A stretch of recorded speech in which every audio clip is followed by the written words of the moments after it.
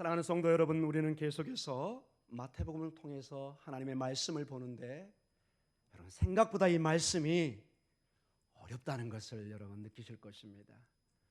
우리는 예수님을 믿고 항상 기쁨과 충만 속에 그저 기도하고 인생을 살아가면은 하나님 모든 걸 알아서 해주는 그런 삶도 우리가 기도하지만은 깊은 말씀에 들어가 보면은 하나님의 뜻은 생각보다 우리에게 어려운 것을 요구하는 것을 보게 됩니다. 마치 우리의 학습 과정과 비슷한 것을 느끼게 됩니다. 유치원에 가면 모든 것이 재밌습니다. 그림 그리고 춤추고 뛰어놀고 집에 와서 토끼 그렸어요, 호랑이 그렸어요. 모든 게 재밌습니다. 이제 초등학교에 들어가면 내용이 달라지기 시작합니다. 점점 이제 학교의 현실을 보게 됩니다. 중학교 들어가면 완전히 달라진 것을 보게 됩니다. 고등학교, 이건 거의 지옥에 가까운 내용을 보게 됩니다. 수험생을 가진 우리 부모님들은 뼈저리게 느끼는 내용입니다. 그러나 그것이 끝난 줄 알았더니 그 어려운 대학을 들어갔더니 이제 1학년, 2학년 지나니까 남자들은 군 복무와 직장 문제 때문에 온 도서관에 헤매야 됩니다. 그리고 끝난 줄 알았더니 직장에 들어갔더니 이제는 살기 위해서 몸부림을 쳐야 됩니다. 그래서 적당한 위치에 가서 사는 줄 알았더니 이제는 직장 이후에 퇴직 이후를 걱정해야 됩니다. 사랑하는 성도 여러분, 이 모든 과정에 우리 하나님의 백성으로 살아간다는 것이 얼마나 쉽지 않은 것을 보게 됩니다. 특별히 오늘 우리가 보는 이 본문의 내용은 특별히 우리 삶에 굉장히 중요하게 작용하는 문제인 것을 우리는 보게 됩니다. 이 문제가 맹세하지 말라, 선호하지 말라, 이 문제란 제목 때문에 나하고는 별로 관계가 없다 이렇게 생각하지만 이 본문은 사실은 우리식으로 보면은 거짓말하지 말라는 뜻입니다. 남을 속이지 말라는 것입니다. 내 정직성을, 내 진실함을 세상에 드러내서 남에게 피해를 주지 말라는 얘기입니다.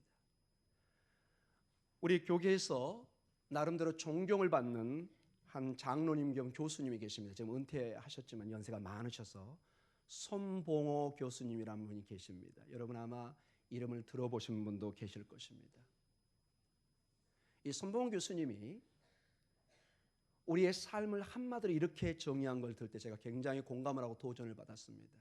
우리는 착한 사람, 올바른 사람 이렇게 정의하고 복잡한 얘기를 하고 많은 철학과 어떤 많은 심오한 내용을 들어가면서 어떤 사람이 착한 사람이고 진실한 사람인가를 얘기할 때가 많습니다.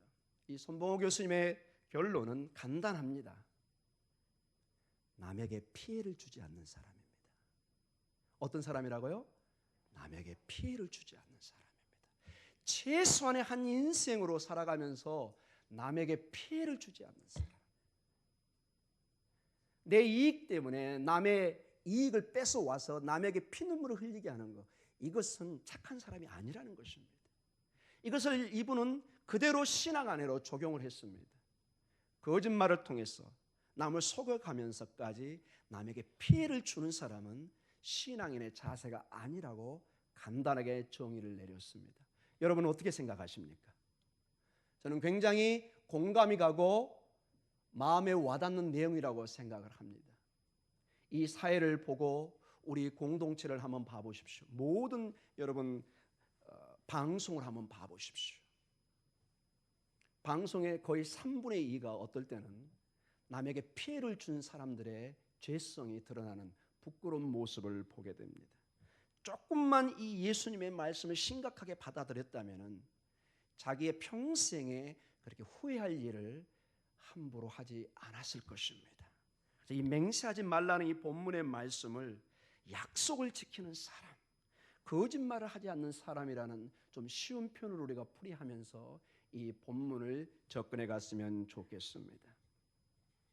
사랑하는 성도 여러분, 모든 사회는 특별히 말을 해야 됩니다. 워낙 말이 많기 때문에 침묵은 금이다 이런 식으로 서양이나 우리 동양에서도 어떤 자리에서 함부로 말하지 않는 것을 많이 이렇게 칭송하는 모습을 보여주고 있습니다. 그러나 우리의 삶에 구체적으로 직장 생활에 사업을 할 때 말을 하지 않고 일을 할 수 없습니다. 저도 늘 여기 말을 많이 하는 직업을 가진 저로서 항상 말을 많이 하게 되지만은 조심하게 또 조심하는 모습을 갖추려고 하지만은 말을 하지 않고는 이 설교도 할 수 없고 상담도 할 수 없고 신방도 할 수 없습니다. 여러분, 제가 여러분 앞에 신방 가가지고 근엄한 자세로 네, 그렇습니까? 알겠습니다. 이렇게만 한다고 봐보십시오. 다시는 제 신방을 받고 싶은 마음이 없을 것입니다. 여러분, 말씀을 경청해야 되고 때로는 같이 울고 같이 웃고 공감을 나누는 길은 이 말을 하지 않고는, 표정을 짓지 않고는 불가능한 것을 알게 됩니다. 어떻게 우리는 이 문제를 접근해 가야 되겠습니까? 얼마나 우리의 약속이, 우리의 삶의 이 말이 중요한가를 한 대표적인 예로 정치적인 문제로 한번 접근해 보도록 하겠습니다. 저는 앞으로 제 설교에 어떤 특정 정치적인 내용의 설교는 절대로 하지 않을 것입니다. 그냥 보편적인 우리가 납득되는 얘기만 제가 하도록 하겠습니다. 저희 목동중앙교는 참고적으로 어떤 특정 당이나 특정인을 지지하는 그런 설교나 그런 여기 강사는 서지 못할 것입니다. 오직 여기는 복음만이 선포될 것입니다. 이 교회는 대한민국만을 사랑하는 그런 교회입니다. 아멘. 그러나 우리가 정치인들을 보편적으로 볼 때 그들은 대개 공약을 내세웁니다. 하나, 둘, 셋, 넷. 많은 사람은 많은 10개, 20개 쭉 공약을 세웁니다. 그러나 여러분도 알고 저도 알듯이 선거에 당선된 다음에 그 약속된 공약이 그대로 지켜진다는 것은 굉장히 어렵고 여러분도 저도 잘 믿지 않습니다. 어떻게 해야 되겠습니까? 왜 정치인들은 이렇게 불신의 자리에 가야 됩니까? 사랑하는 성도 여러분, 정치만 그렇습니까? 우리의 부모님과 자식과의 관계도 봐보십시오. 여러분, 부모님으로서 자식들에게 약속한 것을 얼마나 지키셨습니까? 쉽지 않을 것입니다. 반대로 우리 자녀분들, 부모님께 철떡같이 약속하고 얘기했지만은 거의 잘 지키지 못하는 것을 보게 됩니다. 우리의 모습들입니다. 우리의 연약한 모습들입니다. 특별히 여러분, 결혼식 때 우리는 서로 결혼 서약을 합니다. 죽음이 우리를 가르기 전까지는 헤어지지 않겠다고 약속하지만은 이 약속을 지키지 못하는 것이 요즘의 세태입니다. 즉 100년 전에, 수십 년 전에는 결혼하면 그거 끝이었습니다.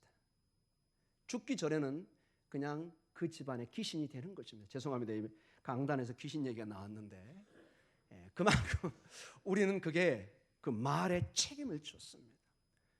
그리고 딸이 집에 돌아오면 웬만하면 쫓아냈습니다. 너는 이제 내 집안의 사람이 아니다. 내 자식이 아니다. 가서 네가 죽든지 네가 알아서 해라. 좀 비정한 얘기지만 했습니다. 요즘엔 곤란합니다. 사회를 때로 잡으러 갈 수도 있습니다. 이게 세태의 모습. 왜냐하면 정당한 인권이 있기 때문에 내 딸이, 내 자식이 고생하는 걸 어떻게 함부로 봅니까, 여러분? 저는 나름대로 정당한 면이 있다고 봅니다. 그러나 우리가 원칙선에서 볼 때 이 서약이 굉장히 가볍게 여겨지는 것을 보고, 제가 외국에 있을 때 종종 무엇을 봤냐면 결혼 전에 미리 따로 계약을 맺습니다. 만약에 이혼이 이루어지면은 얼마 정도의 재산을 서로 나눌 건가를 이렇게 계약을 쓰는 것을 종종 봤습니다. 이것이 지금 한국 사회에도 내려오는 것을 우리가 보게 됩니다. 사랑하는 성도 여러분, 우리가 서약한 것, 우리가 약속한 것을 얼마나 진중하고 신중하게 생각한다는 것은 우리 본문 내용을 들어가기 전에 이미 우리 삶에 이렇게 뿌리 내려 있는 것을 보게 됩니다. 그 사람은 그 말이다, 이런 말을 들었을 때 얼마나 신임이 가는 얘기인지 모릅니다. 저 목사는 믿을 수 있어. 이것이 여러분 얼마나 지나야 검증이 되겠습니까? 저도 제 말에 책임을 지도록 최선을 다해 가지만은 이게 인간이기 때문에 자신을 100% 할 수 없는 우리 연약한 모습을 보게 됩니다. 우리의 교회 공동체에도 어떤 약속과 말들이 오가지만 가볍게 여겨지고 잊어질 때가 많습니다. 그러나 그것이 피해를 안 줄 때는 넘길 수 있습니다. 그러나 나의 거짓말을 통해서, 나의 빈말을 통해서 상대방에게, 상대방 가정에게, 교회 공동체, 사회에, 크게는 온 국가에 피해를 준다면은 이건 심각한 문제를 일으키는 것입니다. 사랑하는 성도 여러분, 작은 그 거짓말이나 남을 속이는 문제를 그래서 가볍게 생각을 해서는 안 됩니다. 어떤 건물을 보는데 분명히 이거는 잘못되고 쓰러질 수 있는 위험한 경우인데 오케이를 만약에 선언한다면 거기에 사는 사람은 모르면 넘어갈 수 있지만 만약 그걸 안다면 불안해서 살 수가 없습니다. 언제 이 집이 무너질까 걱정하고 산다고 여러분 생각해 보십시오. 그 조금 돈을 아끼려고, 그 재료비 아끼려고 생명을 담보로 그걸 한다면 여러분 인간으로서 도덕성을 잃어버린 것입니다. 내 몇 푼 걸기 위해서 남의 생명을 담보로 하는 것, 내 몇 푼 벌기 위해서 나쁜 음식을 만들어서 파는 그런 모습, 전 때로 방송에 음식을 가지고 장난치는 사람들 정말 불쾌하고 힘듭니다. 어떻게 많은 사람이 먹는 음식을 시중에 팔면서 거기에 몸에 좋지 않는 것을 불량품을 만들어서 하는 그것이 과연 그렇게 돈을 벌어서 얼마나 살 수 있을까? 저는 의심스럽습니다. 저는 그래서 한번 이런 얘기를 했습니다. 어떤 사람이 이런 얘기를 했습니다. 그 불량식품을 팔아서 잡힌 사람들은 좀 감옥에 가둬서 평생 그 음식을 먹게 해라. 이런 외국인의 어떤 그 글을 보면서 나름대로 공감을 했습니다. 얼마나 그분이 화가 났으면 그렇게, 알고 보니까 자기 자녀들이 도시락으로 그 음식을 매일 싸갔던 거예요. 그 나중에 왜 아팠는가 모르는데 보니까는 계속 먹었던 음식에 이상이 있었던 거예요. 그때 그 부모의 마음이 얼마나 화가 났던지 그 사람 잡아서 평생 자기가 만든 음식 먹게 하라고 이렇게 글을 쓰는 것을 봤습니다. 사랑하는 성도 여러분, 우리의 어떤 부정직함, 성실하지 못함, 나의 이익만을 생각할 때 남에게 피해를 끼칠 때 이것은 문제를 야기한다는 것입니다. 오늘 본문을 통해서 이 문제를 좀 더 심도 있게 봐가도록 하겠습니다. 오늘 본문에 보면은 33절에 이런 말씀이 나옵니다. 우리 같이 읽어볼까요? 또 옛사람에게 말한 바 헛맹세를 하지 말고 내 맹세한 것을 주께 지키라 하였다는 것을 너희가 들었으나, 자, 옛사람에게 말한 바 헛맹세를 하지 말라. 즉 구약에는 모세 오경과 여기저기에는 맹세에 관한 내용이 이렇게 나와 있다는 것입니다. 구약뿐만 아니라 유대의 다른 전통, 즉 미시나 같은 이런 내용을 보면, 미시나라는 것은 구전 율법을 말합니다. 유대인들에게 우리의 이 적힌 구약 성경과 또 이만큼 두꺼운 탈무드라고 우리가 얘기하는 어떤 법들이 있습니다. 거기에 보면 이 맹세에 관한 내용들이 아주 조목조목 구체적으로 나와 있습니다. 굉장히 중요한 그런 내용들을 그들은 배우고 적용시키는 것을 보게 됩니다. 그런데 예수님은 하나님 나라의 백성으로 어떤 내용을 진술할 때 정직성과 성실성을 바탕으로 스스로의 자기 말에 권위를 두고 진실을 말하기를 강조하고 있다는 것입니다. 오늘 이 33절에 옛사람에게 말한 바 헛맹세를 하지 말라는 이 얘기는 직접 어떤 한 구절을 따온 것이 아니라 여기저기 내용을 종합해서 요약한 것을 우리가 본문의 내용을 보면 알 수가 있습니다. 몇 가지 예를 한번 들어보도록 하겠습니다. 여기에 33절에 해당되는 말 중에 하나가 십계명에 나온 내용입니다. 출애굽기 20장 7절의 말씀입니다. 우리 같이 읽도록 하겠습니다. 너는 네 하나님 여호와의 이름을 망령되게 부르지 말라. 여호와는 그의 이름을 망령되게 부르는 자를 죄 없다 하지 아니하리라. 즉 하나님의 이름으로 맹세를 하는 것, 이거 함부로 하지 말라는 것입니다. 레위기 19장 12절에 이런 말씀이 있습니다. 같이 읽겠습니다.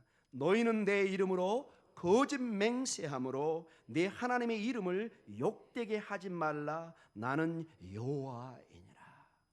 아멘. 그리고 민수기 30장 2절에 이런 말씀이 나와 있습니다. 같이 읽겠습니다. 사람이 여호와께 소원하였거나 결심하고 서약하시면 깨트리지 말고 그가 입으로 말한 대로 다 이행할 것이라. 진실성, 충실성을 보이라는 것입니다. 좀 더 자세한 내용이 신명기 23장 21절과 23절에 나와 있습니다. 우리 같이 읽겠습니다. 내 하나님 여호와께 소원하거든 갚기를 더디하지 말라. 내 하나님 여호와께서 반드시 그것을 내게 요구하시리니 더디면 그것이 내게 죄가 될 것이라. 내가 소원하지 아니하였으면 무죄하리라. 그러나 내 입으로 말한 것은 그대로 실행하도록 유의하라. 무릇 자원한 예물은 내 하나님 여호와께 내가 소원하여 입으로 언약한 대로 행할지니라. 아멘. 자, 여기에 대한 옛 구약의 말씀의 인용의 맹세에 대한 내용에 이제 예수님께서 새로운 대응을 하십니다. 34절 우리 같이 읽겠습니다. 5장 34절에 이런 말씀이 있습니다. 좀 띄워주시겠습니까? 예, 같이 읽겠습니다. 시작. 나는 너희에게 이르노니 도무지 맹세하지 말지니 하늘로도 하지 말라. 이는 하나님의 보좌임이요.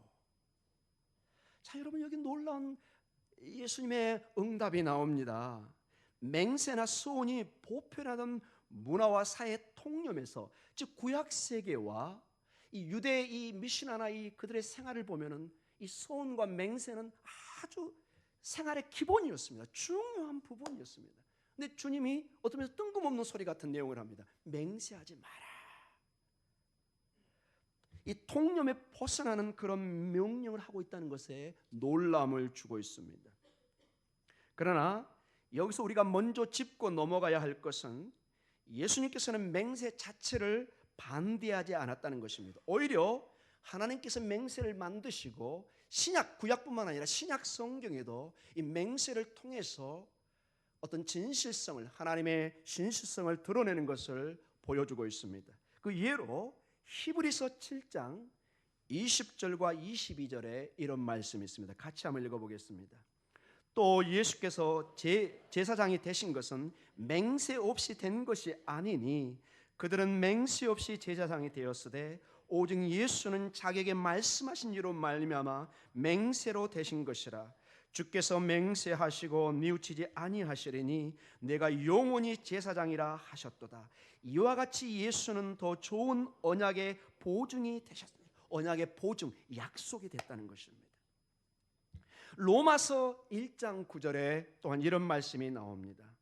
내가 그의 아들의 복음 안에서 내 심령으로 섬기는 하나님이 나의 증인이 되시거니와 항상 내 기도에 쉬지 않고 너희를 말하며. 자, 사도 바울 선생님은 하나님을 증인으로, 즉 맹세의 대상으로 세워서 그의 일들을 증명해 가는 것을 보여주고 있습니다. 하나님이 아시는데 내가 너희를 얼마나 사랑하고 너희를 위해서 기도하는가를 하나님이 증인이시다, 이렇게 말씀하십니다. 고린도후서 1장 23절에 이런 말씀이 있어요. 우리 같이 읽겠습니다. 내가 내 목숨을 걸고 하나님을 불러 증언하게 하노니 내가 다시 고린도에 가지 아니한 것은 너희를 아끼려 함이라. 그의 어떤 말에 강력한 증거의 한 증인으로서 하나님을 불러서 증언을 서게 합니다. 계속해서 사도 바울은 갈라디아서 1장 20절에 이런 식으로 말씀을 합니다. 우리 같이 한번 읽어보겠습니다. 갈라디아서 1장 20절에 이런 말씀이 있습니다. 보라, 내가 너희에게 쓰는 것은 하나님 앞에서 거짓말이 아니로다. 누구 앞에서요? 하나님 앞에서. 분명히 맹세를 통해서 그의 진실성과 하나님의 신실성을 드러내고 있습니다. 결코 하나님이 맹세를 거부한 것이 아닙니다. 그런데 예수님께서 오늘 맹세를 하지 말라고 얘기하고 있어요. 이게 서로 모순되는 얘기일까요? 분명히 아니라는 것을 우리는 계속해서 보면 알 수 있을 것입니다. 사랑하는 성도 여러분, 여기서 예수님께서 강조하시려는 것은 어떤 특화된 거짓입니다. 즉 기만하는 말의 행동을 금하라는 뜻입니다. 좀 더 자세하게 풀면은 하나님의 이름이라는 이 맹세를 세워서 그 뒤에 숨어서 자신의 거짓을, 불성실을, 불충실을 속이지 말라는 것입니다. 이게 예수님의 근본적인 뜻입니다.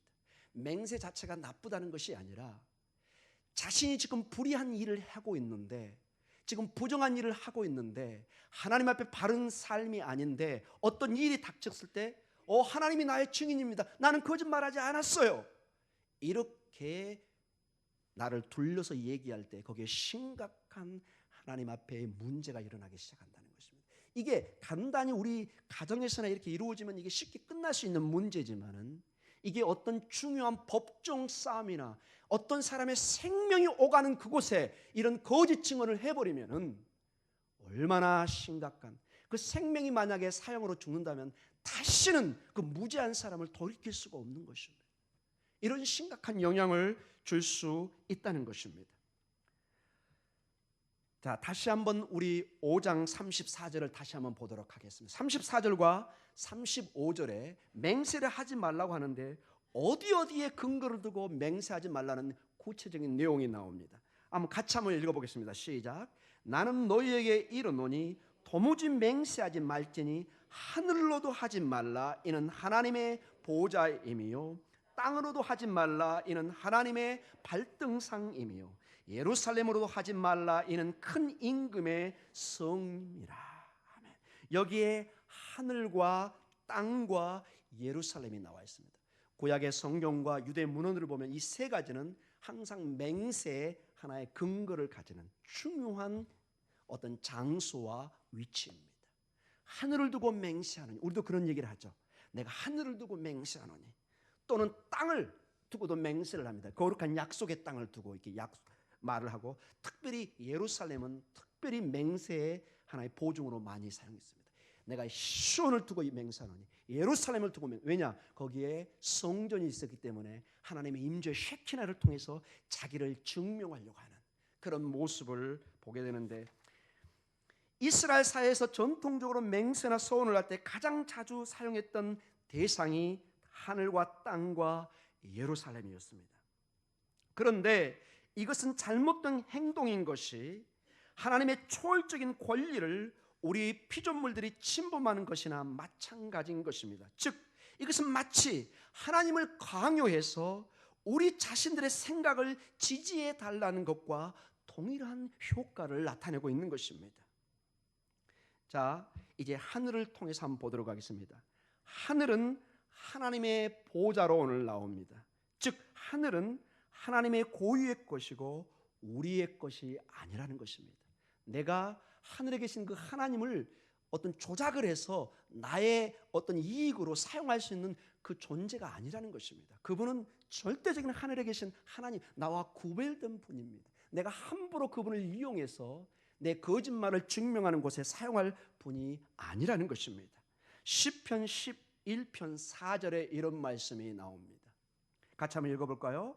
여호와께서는 그의 성전에 계시고 여호와의 보좌는 하늘에 있으며 그의 눈이 인생을 통촉하시고 그의 안목이 그들을 감찰하시도다. 하늘에서 우리를 보고 계신다고 합니다. 이 보고 계신 하나님을 어떻게 우리가 나의 부정직한 곳에 이용할 수 있겠습니까? 안 된다는 것입니다. 이사야 66장 1절에 더욱 분명한 이런 말씀이 나옵니다. 같이 한번 읽어보겠습니다.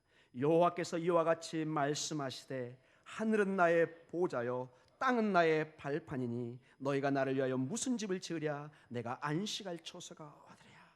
하늘의 보좌가 아버지의 집인 것을 말해주고 있습니다. 둘째로 땅에 대한 것입니다.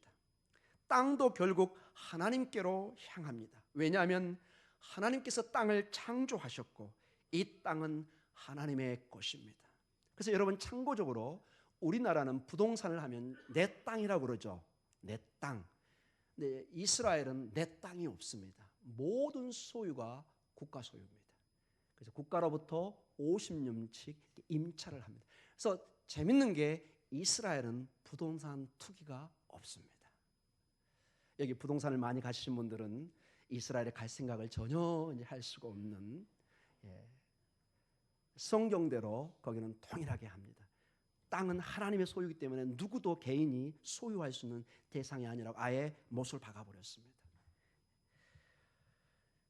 그래서 땅을 우리의 소유처럼 우리가 마음대로 맹세로 사용해서는 안 된다고 얘기합니다. 방금 봤던 이사야 66장 1절에도 땅은 나의 발판이니 이렇게 나옵니다. 하나님의 발등상이라고 그럽니다. 즉 내가 이 땅을 통해서 내가 함부로 할 수 있는 맹세의 대상이 아니라고 얘기합니다. 마지막으로 예루살렘을 향해서 우리가 원하는 것을 들어주도록 명령할 수 있다고 믿을 수 있습니다. 그러나 이 예루살렘은 큰 왕 하나님이 사는 곳이고 우리가 통제할 수 있는 곳이 아니라고 얘기합니다. 시편 48편 2절에 이런 말씀이 나옵니다. 우리 같이 한번 읽어보겠습니다. 시작. 터가 높고 아름다워 온 세계가 즐거워하며 큰 왕의 성 곧 북방에 있는 시온산이 그러하도다. 높고 아름다운 터가 있는데 온 세계가 즐거워하는데 그것이 시온산이고 거기에 큰 왕, 즉 하나님이 계신 것을 말씀하고 계십니다. 그래서 이 예루살렘으로 내가 세상 말로 장난을 칠 수가 있는 대상이 아니라는 것입니다. 좀 더 나아가서 5장 36절에 예수님께서는 보충 설명을 더 하고 있습니다. 같이 한번 읽어보겠습니다. 내 머리로 하지 말라. 이는 내가 한 터럭도 희고 검게 할 수 없습니다. 자, 이 머리를 얘기합니다. 여기 머리카락을 희게 하거나 검게 할 수 있는 힘이 나에게는 전혀 없다는 것입니다. 아무리 여기 물을 들여도 흰 건 흰 겁니다. 저도 약간 여기 흰 게 있어서 지금 이거를 근본적으로 변화시킬 수가 없습니다. 때론 우리 자신이 맹세나 소원의 근원이 중심이 될 때도 있습니다. 그러나 이것도 바르지 않다고 주님은 말씀하십니다. 왜냐하면 주님이 우리의 궁극적인 힘이기 때문에 그렇습니다. 여기서 우리 머리를 한 터럭도 희게 할 수 없다. 이게 독특한 유대인의 표현입니다.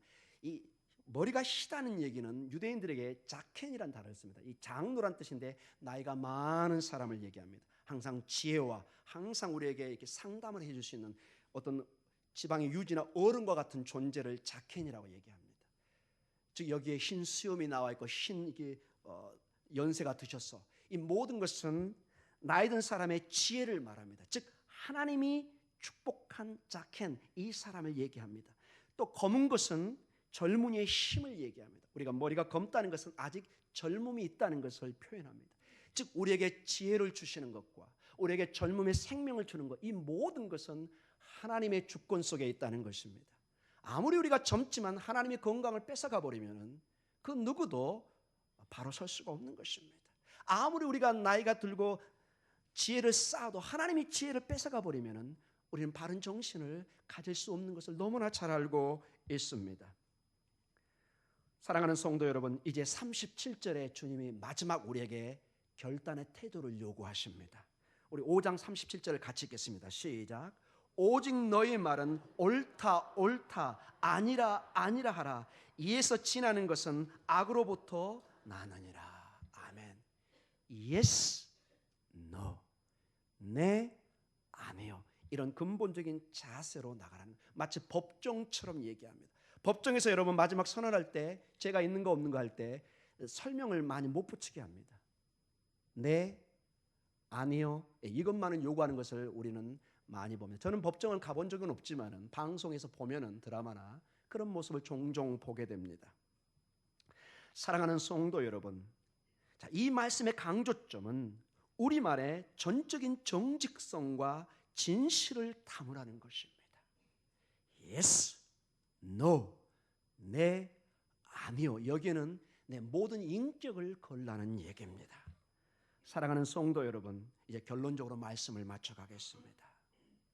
우리가 점점 어떤 것에 대한 맹세로만 말들을 해가고 우리말의 진실성과 정직성을 잃어버릴 때는 우리는 오늘 본문에 보니까 악으로부터 나느니라, 즉 여기 악은 사탄을 얘기합니다. 사탄을 따르는 이라고 엄하게 경고를 하고 있습니다.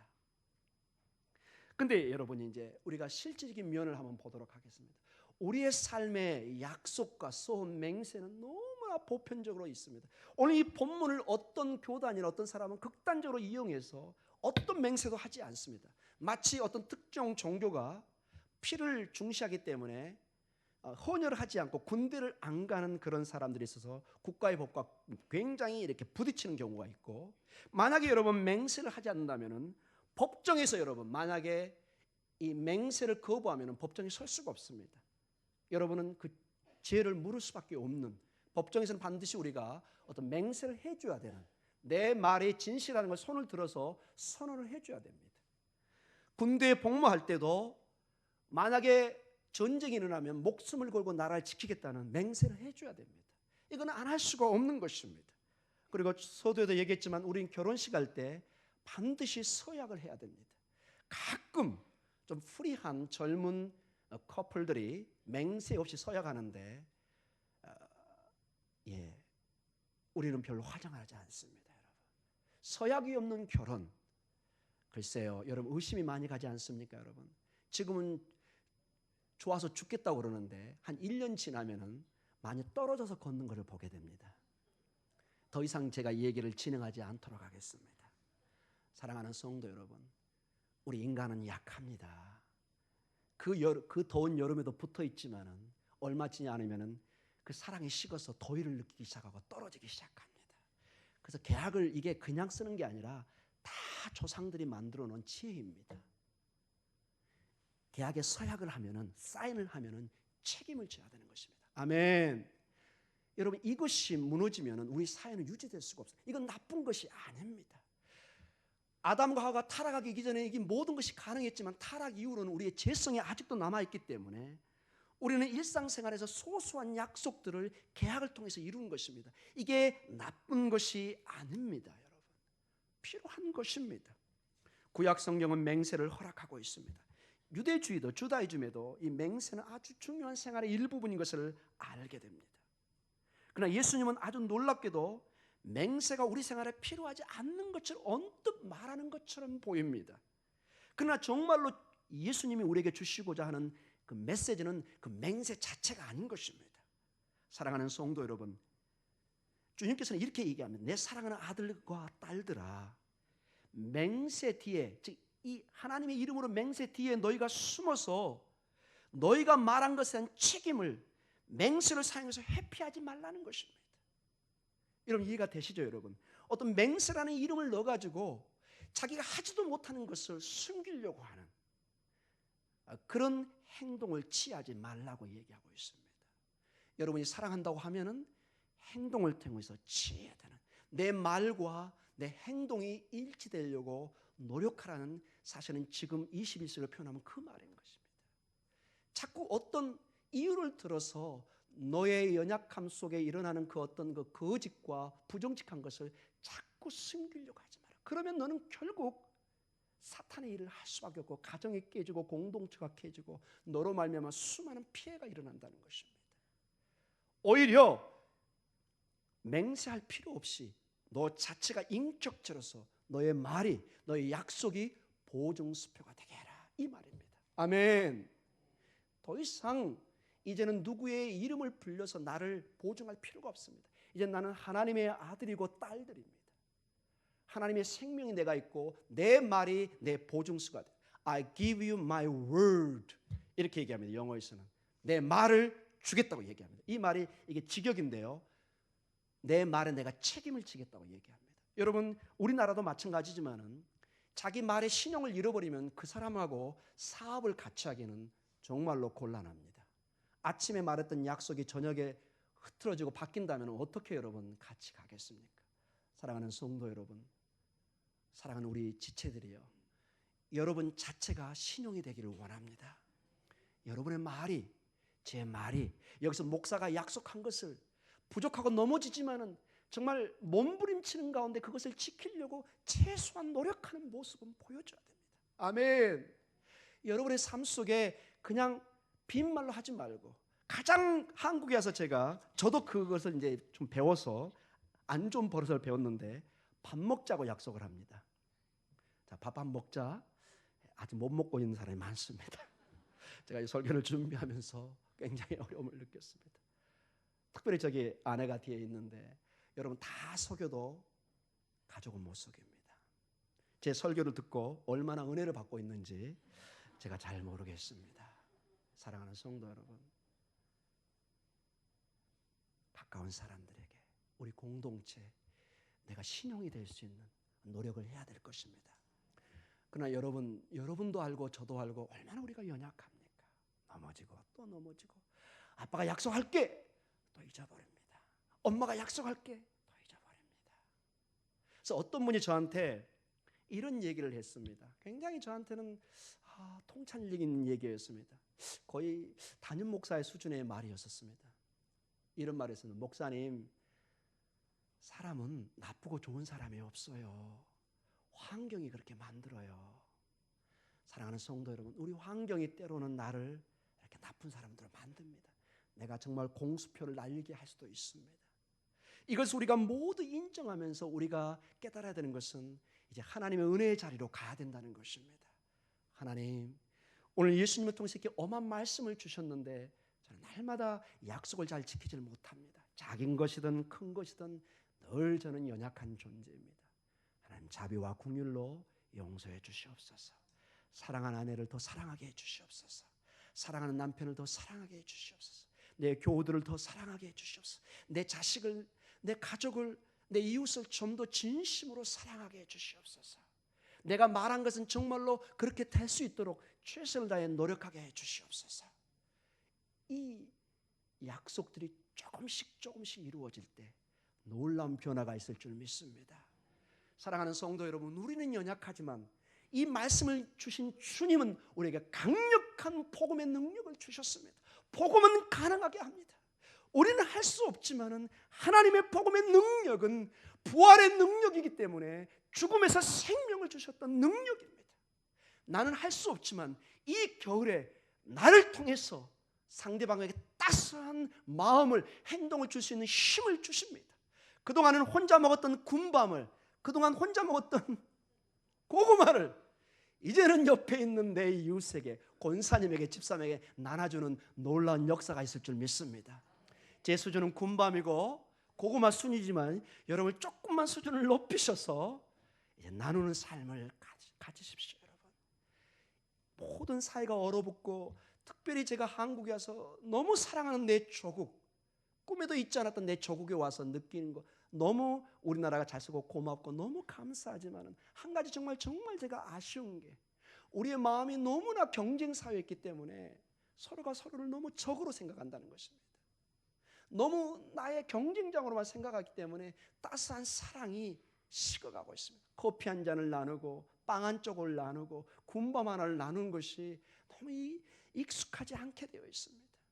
사랑하는 성도 여러분, 옛날 우리 시골집에 담을 넘어서 가면서 개똥이 엄마 우리 집 좀 봐주세요.